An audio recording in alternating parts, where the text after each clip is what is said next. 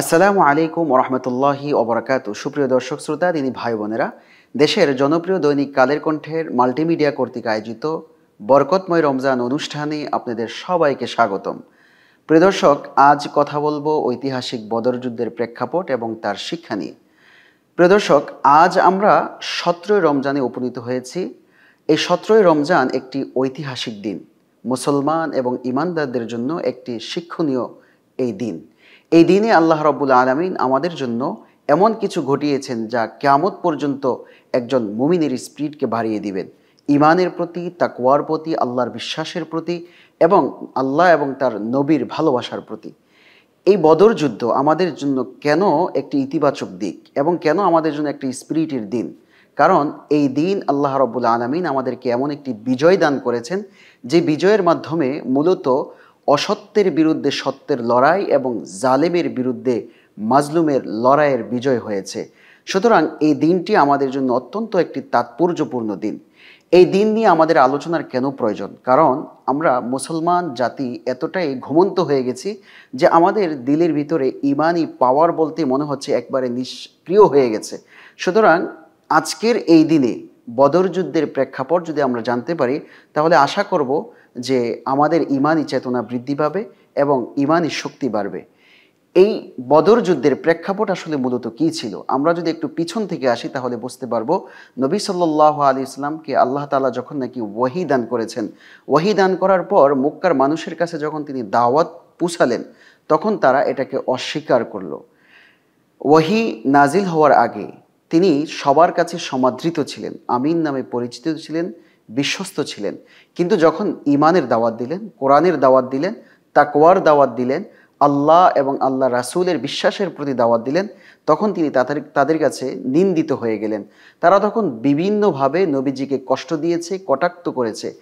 এই যে নানাভাবে কষ্ট দিয়েছেন, তো কষ্টের ফলে তারা ইবাদতের সুযোগ পাচ্ছিল না। অর্থাৎ কোরআনে যে সমস্ত ইবাদতের কথা আসছে বা মুসলমানদের যে বিধানগুলো আসছে, সেই বিধানগুলো যথাযথভাবে পালন করতে পারছিলেন না। এক পর্যায়ে এমন হয়েছে, রাসূলুল্লাহ সাল্লাল্লাহু আলাইহি ওয়াসাল্লাম সিদ্ধান্ত নিলেন যে না, মক্কা এমন একটা জায়গা যে জায়গাতে ইবাদত করার কোনো সুযোগ এবং পরিবেশ তৈরি হচ্ছে না। কারণ এখানে কুফুর যারা রয়েছে, কুফুরি শক্তি রয়েছে, কাফের রয়েছে, অমুসলিম রয়েছে, তাদের রাজত্ব। সুতরাং আমাদেরকে এমন একটা জায়গা বেছে নিতে হবে যে জায়গায় আমরা আল্লাহ তাআলার ইবাদত করতে পারবো। এই জন্য আল্লাহ রাসূল সাল্লাল্লাহু আলাইহি ওয়াসাল্লাম সাহাবাদেরকে মদিনায় পাঠিয়ে দিলেন। সাহাবা ইকরামকে মদিনায় পাঠানোর পর আল্লাহ রাসূল সাল্লাল্লাহু আলাইহি ওয়াসাল্লাম এক পর্যায়ে নির্যাতন সহ্য করতে না পেরে তিনিও হিজরত করলেন, মদিনায় চলে গেলেন। সেখানে যে ইসলামের দাওয়াত পৌঁছালেন এবং মানুষের মাঝে ইসলামের সৌন্দর্য তুলে ধরলেন।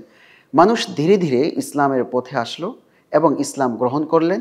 ইসলাম গ্রহণ করে ইসলামের সৌন্দর্য দেখে তারাও এভাবে চতুর্দিকে ইসলামের দাওয়াত পৌঁছিয়ে দিলেন। এই যে দাওয়াতের এই কার্যক্রম দেখে কাফেররা আরও ক্ষিপ্ত হয়ে গেল। তারা মক্কা থেকে নানাভাবে কৌশলে তারা চেষ্টা করলো মুসলমানদের মাঝে যে ঐক্য আছে, মুসলমানদের যে দাওয়াতি কার্যক্রম আছে, এগুলোকে বিনষ্ট করে দিতে হবে, এগুলোকে ধ্বংস করে দিতে হবে। তাই তারা চিন্তা করলো মুসলমানরা তো দুর্বল, অসহায়, তাদের কাছে তো এমন সামরিক কোনো যন্ত্রপাতি নেই যে তার মাধ্যমে তারা নিজেদেরকে হেফাজত করতে পারবে, নিজেদেরকে সেভ করতে পারবে। এই জন্য তারা সিদ্ধান্ত নিল যে আমরা যুদ্ধের মাধ্যমে তাদেরকে ধ্বংস করে দিব। এজন্য দ্বিতীয় হিজরিতে 17ই রমজান তারা বদর প্রান্তরে একত্রিত হলো। মক্কার বদর প্রান্তরে একত্রিত হওয়ার পর মুসলমানদেরকে আহ্বান করলো যুদ্ধের জন্য। রাসূলুল্লাহ সাল্লাল্লাহু আলাইহি ওয়াসাল্লাম এই সময় খুব চিন্তায় পড়ে গেলেন যে আমাদের শক্তি সামর্থ্য নেই এবং আমাদের সংখ্যাও অনেক কম। তারপরও আল্লাহ রাসূল সাল্লাল্লাহু আলাইহি ওয়াসাল্লামের ইসলামের কথা ভেবে, তখন তো নতুন ইসলাম গ্রহণ করছে, নতুন মানুষরা ইসলামে আসতেছে, তাদের কথা চিন্তা করে ইসলামকে উঁচু করতে হবে, ইসলামের বিষয়টাকে মানুষের সামনে তুলে ধরতে হবে, চাই সেটা যে কোনো পর্যায়ে হোক না কেন।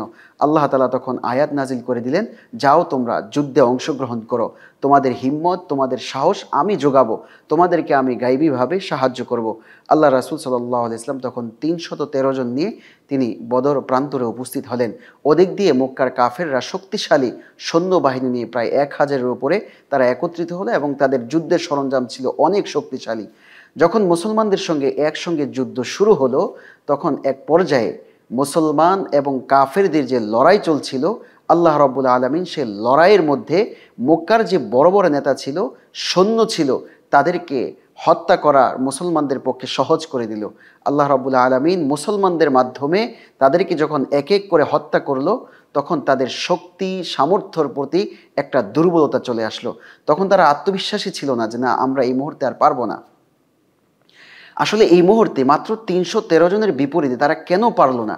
এর মধ্যে বড় একটি কারণ হচ্ছে আল্লাহ রাব্বুল আলামিনের সাহায্য।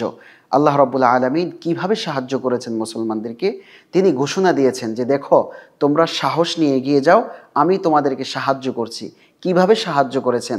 আল্লাহ রাব্বুল আলামিন সাহায্য করেছেন ফেরেশতাদেরকে পাঠিয়ে, বড় বড় ফেরেশতাদেরকে পাঠিয়েছেন। আলী রাদিয়াল্লাহু তাআলা আনহু বলেন, আল্লাহ রাসূল সাল্লাল্লাহু আলাইহি ওয়াসাল্লাম আমাকে বললেন, হে আলী, তোমাদের সঙ্গে এবং আবু বকরের সঙ্গে জিব্রাইল আছে, ইসরাফিল আছে, মিকাইল আলাইহিস সালাতু ওয়াস সালাম আছে। এই যুদ্ধের ভিতরে তোমরা সাহস হারাবা না, তোমরা সাহস রাখো, তোমরা এগিয়ে যাও।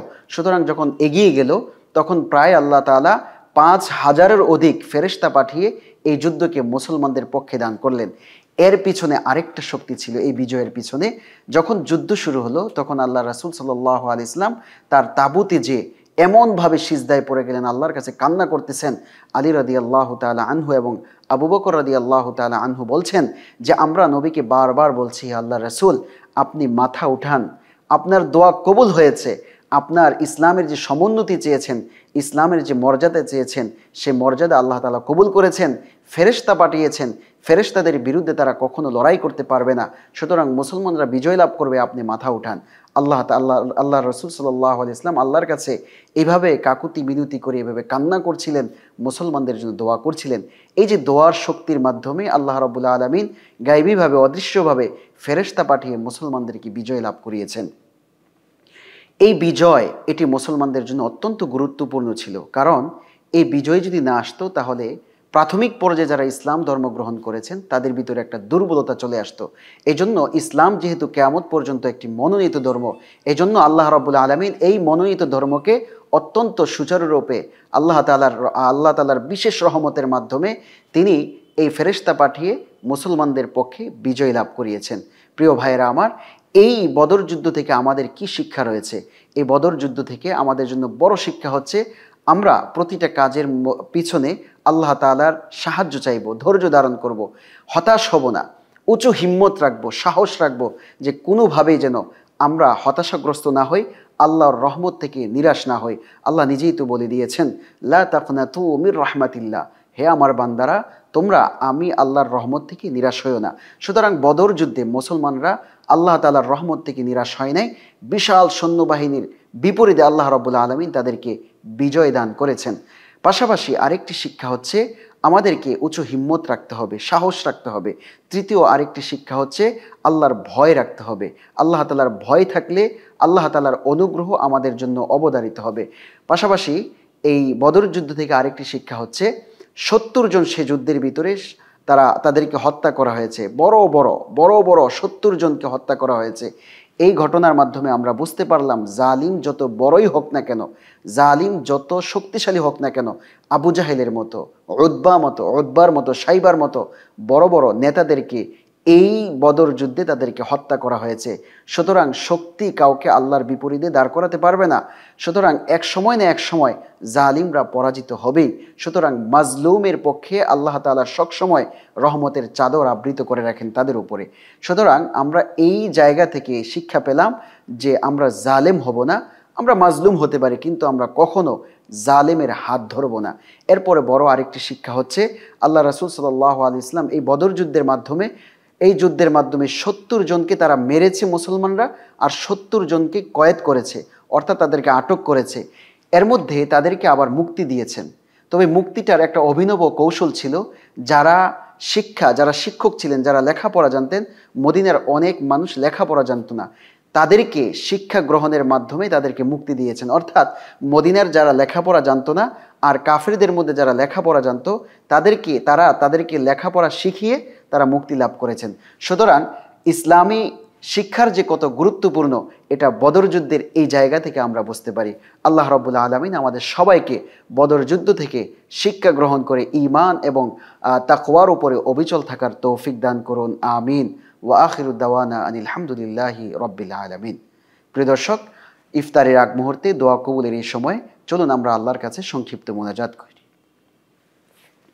আলহামদুলিল্লাহি রাব্বিল আলামিন ওয়াসসালাতু ওয়াসসালামু আলা সাইয়্যিদিল আমবিয়াই ওয়াল মুরসালিন ওয়া আলা আলিহি ওয়া আসহাবিহি আজমাইন। ইয়া আল্লাহ, আমরা গুনাহগার বান্দা, আমাদেরকে আপনি মাফ করে দেন। ইয়া আল্লাহ, ইফতারের এই আগ মুহূর্তে আমরা আপনার কাছে ক্ষমা চাই। ইয়া আল্লাহ, আমাদের গুনাহগুলোকে আপনি মাফ করে দেন। ইয়া আল্লাহ, যারা সমস্যায় আছে আল্লাহ তাদের সমস্যা দূর করে দেন। ইয়া আল্লাহ, যারা পেরেশানিতে আছে আল্লাহ পেরেশানি দূর করে দেন। ইয়া আল্লাহ, আমাদের রোজাগুলোকে কবুল করে নেন, আমাদের কোরআন তেলাওয়াতকে কবুল করে নেন। ইয়া আল্লাহ, আমাদের জিকির আজকারকে কবুল করে নেন। ইয়া আল্লাহ, আমাদের আমলের মধ্যে যত ত্রুটি আছে সেই ত্রুটিগুলো ক্ষমা করে দিয়ে আল্লাহ আমাদের আমলগুলোকে আমল নামার মধ্যে লিখে দেন। হে আল্লাহ, যারা রোজা রাখতে পারে না আল্লাহ তাদেরকে রোজা রাখার তৌফিক দান করে দেন। ইয়া আল্লাহ, যারা কোরআন তেলাওয়াত করতে পারে না আল্লাহ তাদেরকে কোরআন তেলাওয়াত শিখার সেই মন মানসিকতা দান করে দেন।